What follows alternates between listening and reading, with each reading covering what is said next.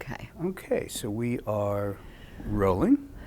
There's a term called orthorexia, which means an obsession with eating foods that one considers healthy, a medical condition in which the sufferer systematically avoids specific foods in the belief that they are harmful.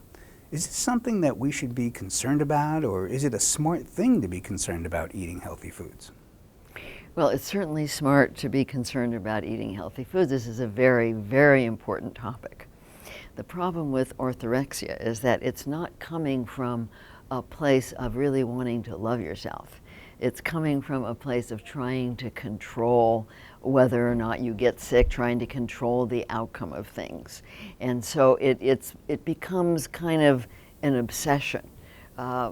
It's very important as an adult, as a loving adult, as the term we use in inner bonding as a loving adult, is to know which foods work well for you, which foods resonate with your body. I always recommend that people use all organic because the foods in our culture are very, very contaminated. And so it's very, very important to eat very healthy foods. But when it becomes obsessive, like when it comes from fear, then it's not healthy. It's not healthy to be eating out of fear. You want to be eating out of love. You want to be eating what your body loves, what makes you feel healthy, what makes you feel great, not coming from fear. What should a woman or man do who has a partner who is emotionally shut down? Yeah, it's a big challenge, but one of the things that I work with people on is I help them to try and understand their system. Because usually if one person is shut down, it's because the other person is very controlling. And this is a system where one person is trying to have control and the other person is dealing with it by shutting down. And they're both coming from what we call in inner bonding, the wounded self.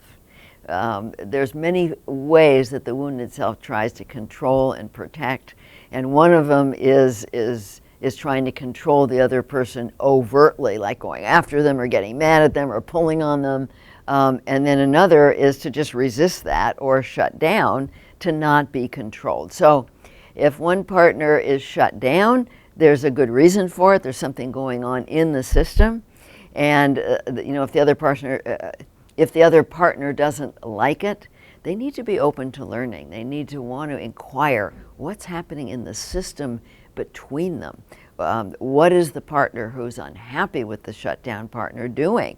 And it's important for them to look inside or to ask the other partner, there's a good reason that you're shut down. Is there something that I'm doing that's scaring you or upsetting you, or making you feel controlled?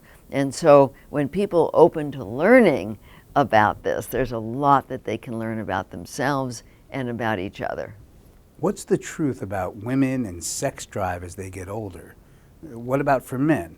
How is it different? And what do you do if your partner stops wanting to have sex?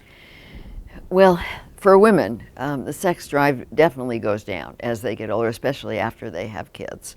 But for women, the sex drive is very different for women because women don't have the level, most women don't have the level of testosterone that a man has. And that's the biological motivation for having sex. And so a lot of men, if they have a normal amount of testosterone, they can just have sex.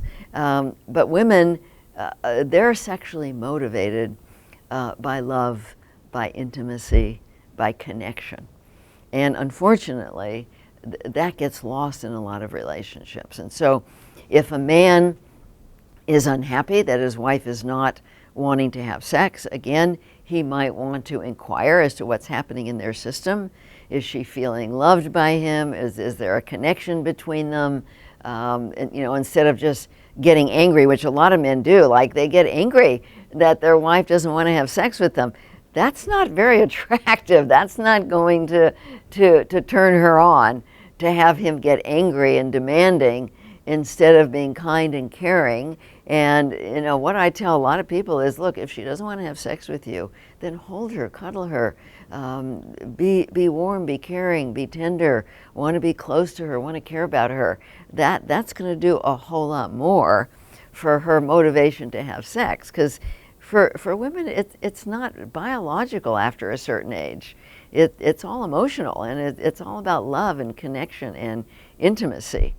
Now, for men, obviously, a lot of men can lose their sex drive if they're on the other end of that. If they're on the other end of being demanded of, they might shut down. They might not feel sexual if they're being demanded of.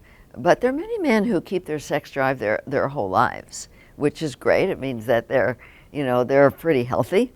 And in a good, healthy relationship, the woman cares about the fact that the man has a biological sex drive. She cares about him. She wants to satisfy that. And the man cares that the woman's sex drive is not biological, that it's emotional. And he cares about that. And so, when they both care about themselves and each other, they can create a happy sex life, their whole marriage. But if that's not happening, they need to inquire about what the problem is in the system between them.